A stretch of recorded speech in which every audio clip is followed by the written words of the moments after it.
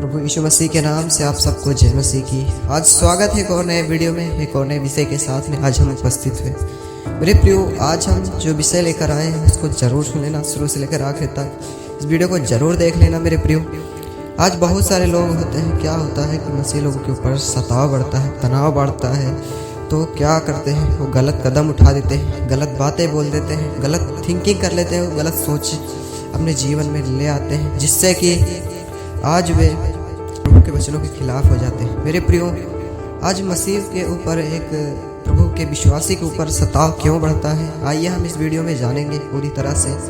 मेरे प्रियो, हम लोग जानते होंगे और हम लोग जान भी यही रहे हैं, और प्रभु का वचन भी यही कहता है कि प्रभु यीशु मसीह के ऊपर भी सताव आया था, प्रभु यीशु मसीह को भी सताया गया था, जो कि एक प्रभु के पुत्र थे।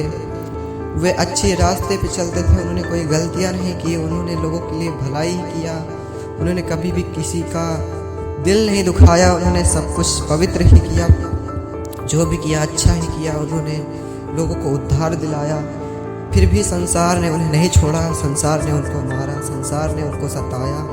हम जब प्रभु यीशु मसीह पर विश्वास करते हैं तो लोग इसीलिए हमको सताते हैं, क्योंकि हम लोग एक अच्छे हो जाते हैं, एक सच्चे प्रभु यीशु मसीह को जान लेते हैं, एक सच्ची रास्ते पे चल उठते हैं, जिससे कि हमारा जीवन उद्धार की ओर, न्याय की ओर जाता है। शैतान को भी कहाँ सुकून मिलेगा, क्योंकि हम लोगों ने उद्धार के रास्ते को चुन लिया है। इसीलिए शैतान भी उन लोगों के अंदर प्रवेश करके, उनके दिमागों में प्रवेश करके उन लोगों के अंदर एक ऐसी सोच उत्पन्न करता है जो कि हम लोगों को भी सताते हैं, जो कि हम लोगों को परेशान करते हैं। मेरे प्रियो, हम सब उन सब लोगों के लिए प्रार्थना करें और प्रभु से कहें, प्रभु इन लोगों को बुद्धि और ज्ञान दे, इन लोगों को समझ दे, क्योंकि ये समझ नहीं रहे, ये जान नहीं रहे कि मैं क्या कर रहा हूँ, मैं किन लोगों को सता रहा हूँ, मैं किन लोगों के खिलाफ बोल रहा हूँ। मेरे प्रिय, प्रभु यीशु मसीह वे सबको क्षमा करने वाला, सबको बचाने वाला परमेश्वर है। उसने वचनों में हमें ये ही आज्ञा दी है कि हम एक दूसरे के लिए प्रार्थना करें, कभी भी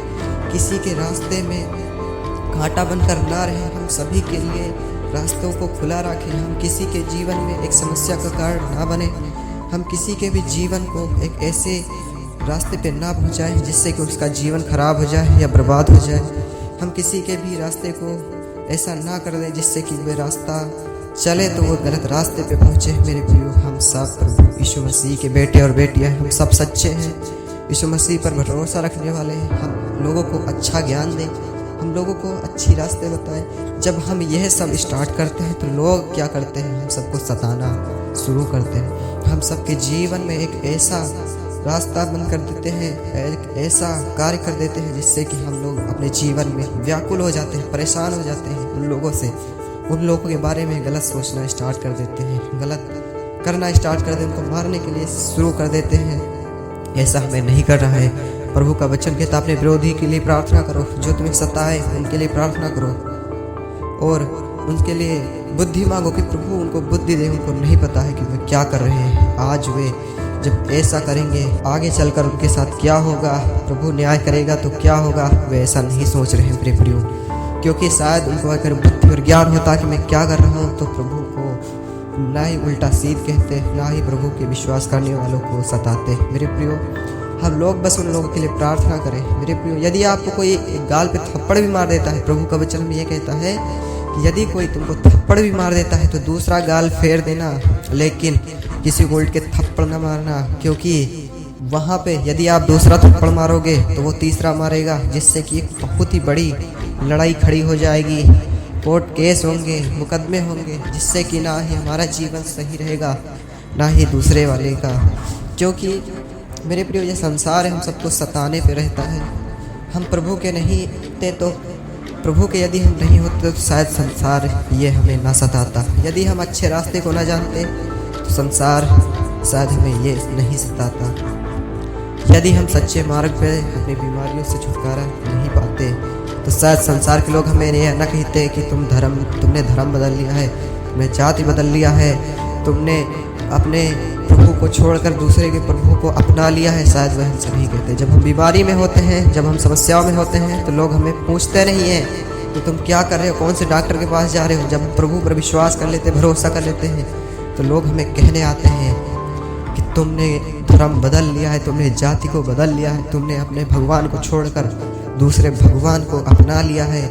जब हम अपने सुकून की ज़िंदगी को जी रहे होते हैं, जब अपने जीवन में एक शांति पा रहे होते हैं, तब ये लोग, संसार के लोग आते हैं, ये परिवार के लोग आते हैं, ये जलन करने वाले लोग आते हैं और हमसे कहते हैं मैं तुम्हारे यहाँ नहीं आऊँगा, मैं तुम्हें निमंत्रण नहीं दूंगा, मैं तुम्हें अपने ख़ानदान में नहीं रखूँगा, तुमने धर्म बदल लिया है, तुम हिंदू से मुस्लिम हो गए, तुम हिंदू से क्रिश्चियन हो गए हो। आज वे हमको ऐसा कहते हैं। मेरे प्रियो, हमें ऐसी बातों पे विश्वास भरोसा नहीं करना है। हम प्रभु के हैं, प्रभु के रहें। हम उन लोगों के डराए और धमकाए में ना आए, बस प्रभु पर भरोसा रखें, उनके लिए प्रार्थना करें मेरे प्रियो, और शांति के जीवन को पाएं, उद्धार के जीवन को पाएं और अपने जीवन में हमेशा पवित्रताई की ओर चलते रहें। मेरे प्रियो, मैं उम्मीद करता हूँ कि आप लोग को इस वीडियो से बहुत कुछ समझ में आ गया होगा।